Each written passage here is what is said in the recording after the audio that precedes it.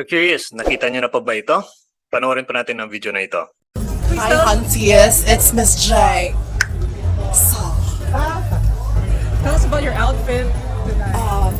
I'm wearing Jogtacon tonight. And Ginawang costume yung mga rosary. theme is Gods and Goddesses. I am now introducing Sayang. the female Jesus. Marami pa sana namang kakagamit nito. This look is supposedly my French look for the runway on episode 2 Drag Race movie. Ako. My sorry, I got distracted. It's my ADHD, sorry. My greatest fear Ginupit-gupit pa sa is kamay. to be punched by Santanas. She can punch me. Well, nakakalungkot at may mga kabataan na hindi nga nagpapahalaga sa rosaryo, no? Mas pinipili pa nila na gawin itong kaaliwan sa halip na gamitin ito sa dasal. Take note, the rosary is a cherished and sacred prayer in the Catholic tradition. It is a form of devotion na nakatutok sa buhay, kamatayan at muling pagkabuhay na Jesucristo, as well as the intercession of the Blessed Virgin Mary. Ang layunin po ng rosaryo ay hindi po para gawing costume. Ang layunin po nito ay upang pagnilayan ang mga misteryo ng pananampalataya and to seek spiritual growth in communion with God.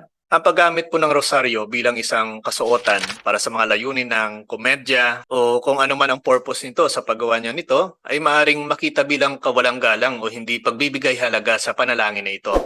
The Catechism of the Catholic Church teaches us to show reverence and respect for the sacred objects and practices. Yan po ang pagpapahalaga ng simbahan. Ngunit, hindi nga natin masisisi kung ang iba ay naiiba rin ang tingin sa rosaryo dahil sa hindi pagiging katoliko nila, ngunit bilang pagbibigay na rin sana ng galang sa mga iginagalang ng iba na siyang nararapat talaga na gawin. Kahit na hindi pa ito nabasbasa ng pari, ay dapat pa rin itong igalang dahil hindi lamang nakabase ang halaga nito sa basbas ng ating mga kaparian. Kapag ang isang bagay ay ginagamit para sa simbahan, dapat ito ay gamitin lamang sa mga gawain ng simbahan. Well, habang ang pagbabasbas ng isang bagay ng isang pari o obispo ay maaring mapahusay ang sagraduhan nito at maibukod ito para sa isang partikular na gamit, the inherent dignity and respect due to sacred objects are not dependent solely on their blessings. Malinaw rin po yan na itinuturo ng simbahan. The Church teaches that the sacred objects such as crucifix, statues, icons, and sacramentals dapat tratuhin ng may paggalang dahil ang mga ito ay nauugnay sa pagsamba at debosyon sa Diyos. Even before they are blessed, these objects are considered to be set apart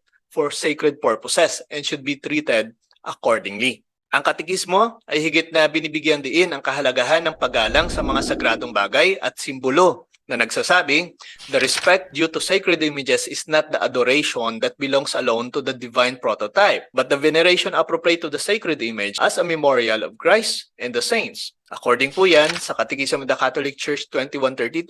Nangangahulugan ito na bagamat ang parangalan ay binibigay sa mga sagradong bagay ay naiiba sa pagsamba dahil sa Diyos lamang, ang mga ito ay karapat-dapat pa rin sa paggalang at paggalang bilang paalala ng banal. Therefore, it is important for Catholics to treat sacred objects and symbols with reverence, regardless whether they have been blessed. Their inherent sacredness in connection to the divine warrant a respect attitude and proper handling, recognizing their significance in the Catholic faith. Kaya hindi po talaga katanggap-tanggap at hindi po talaga kapuri-puri na gawin itong parang costume at dekorasyon lamang sa iyong damit. Dahil ito po talaga ay may mahalagang gamit at simbolo para sa pananampalatayang Katoliko. Para po sa mga kabataan, mahalagang tandaan ang mga bagay na ito sa tuwing ginagamit po natin ang rosaryo. Ano-ano po ito?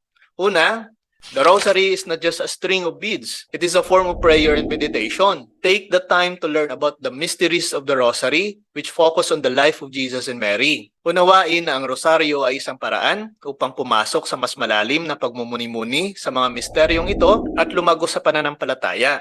Pangalawa po, the repetition of prayers in the rosary allows for a meditative rhythm. Gamitin ang pagkakataong ito upang maging kalmado ang iyong isip, pagnilayan ang mga misteryo, at buksan ang iyong puso sa presensya ng Diyos. Hayaan po ang rosaryo na maging panahon ng kapayapaan at pakikipagtagpo sa banal. Pangatlo po na paalala, try to establish a regular practice of praying the rosary. Ito man po ay araw-araw, lingguhan, o sa mga partikular na oras. Sa pamamagitan po ng paggawa nito, lumilikha ka ng puwang para sa espiritual na paglago at isang mas malalim na koneksyon sa Diyos. Pangapat po dito, kung bago ka pa lang sa pagdarasal ng rosaryo, humingi ng patnubay mula sa isang taong may karanasan o kumonsulta sa mga mapagkukunan na nagpapaliwanag ng panalangin at misteryo. O maaari rin po kayong sumubaybay sa ating mga ginagawang videos. Understanding the structure and significance of the rosary can enhance your experience and help you appreciate its value. Panglima po, the rosary is a powerful tool for intercession. Gamitin po ang oras na ito upang manalangin para sa iyong sariling mga intensyon, para sa mga pangangailangan ng iba, at para sa mundo. Offer your joys, struggles, and desires to God through the rosary, knowing that Mary intercedes for us and bring us prayers to her Son, Jesus. At panghuli po dito, like any form of prayer, the rosary make time to fully appreciate and understand. Maging matyaga sa iyong sarili at hayaang unti-unting lumaganap ang biyaya ng rosaryo. Even it feels challenging or monotonous at times, maging matyaga sa iyong pagsasanay. Dapat malaman na ito ay magdudulot ng espiritual na bunga. Remember, the value of the rosary lies not only in the prayers themselves, but in the disposition of your heart and the openness to encounter God through this prayer. Embrace the rosary as a gift and a pathway to deeper faith and allow it to enrich your spiritual journey. Kaya sana naman po ibigyan natin ng pagpapahalaga ang mga ginagamit nating rosaryo. Ayan mga ka-curious, sana po nakatulong ang video na ito, or maybe this is also one of your question at sana nabigyan po natin ito ng kasagutan. Kung nagustuhan niyo po ang video na ito, please like and share at pakisubscribe na rin po ng ating YouTube channel upang matulungan niyo rin po ang ating page at ang ating channel na mas lumago pa at mas malawak pa ang mabot ito. So please i-support din po natin yung mga kasamahan natin, no, na patuloy rin po sa pagtatanggol ng ating simbahan, sa pagtulong din po sa ating simbahan sa pagpapalaganap ng katotohanan at patuloy pa rin na nag-aaral at nagbibigay ng mga kasagutan sa mga kapatid natin na may mga katanungan. At sa mga kapatid po natin na nagbibigay ng kanilang suporta, maraming salamat. Sa inyo na nag-send ng stars, maraming salamat po. Gagamit po natin ito sa pagpapalago ng ating munting page at of course sa mga pinaplano pa po natin mga corporal works of mercy na pwede po nating mapagbahagian ito. This is Mr. Curious Catholic, kasama po ninyo sa pagtatanggol ng ating simbahan. Pro Deo et Ecclesia. Sa Diyos po ang lahat ng kapurihan. Nel nome del Padre, del Figlio, e dello Spirito Santo. Amen. Ciao mga minamahal na mga kapatid sa buong panig ng mundo, lalo sa mga kapatid natin sa Pilipinas at mga kapwa FW sa buong mundo. Ito yung abang lingkod, Brother Chidoro. Sumagkaisa, nandito po ako sa bansa pong Italia, sa Archdiocese of Arqueropita. Ito po yung mga lugar ng St. Nilo, sa San Bartolome, Venerable Mother Isabella de Roses. No?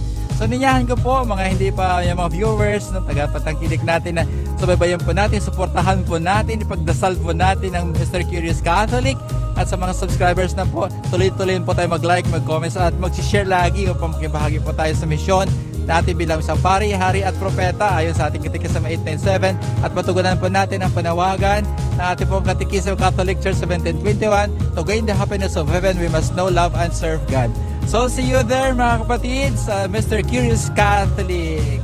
Bye-bye! God bless! See you in heaven! Hello po, ako po si Mr. 721 Catholic, isa pong miyembro po ng Punto per Punto. At inanyahan ko po kayong suportahan po yung Facebook page at saka YouTube channel na Mr. Curious Catholic. At dahil po doon, marami po tayong matutunan sa kaniyang mga content. Ayan po. Please like, subscribe, Mr. Curious Catholic, ang inyong lingkod at kapanalig.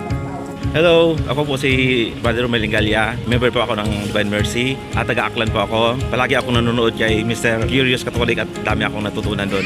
No, kayo, mag-follow din kayo. Hello, Father Lester Villa, Parish Priest ng Concepcion Iloilo, promoting Mr. Curious. See you! Good day everyone. Please support the page of Mr. Curious dahil marami kayong matutunan. God bless. Magandang araw sa lahat. Ako pala si Reverend Jim Jokes Tinjaket, isa sa mga diakono na nakadestino dito sa National Shrine of St. Joseph, Mandaue. At I invite you to watch Mr. Curious Catholic's vlog. I would like to invite you to watch this, promote the Catholic faith and to promote as well the parish in honor to St. Joseph. Ako po si Luis Cael Capuerte, sakristan dito sa Banate Catholic Church. At ina-encourage ko po kayo na manood ng Mr. Curious Catholic para po mapalaganap ang Ebanghelyo.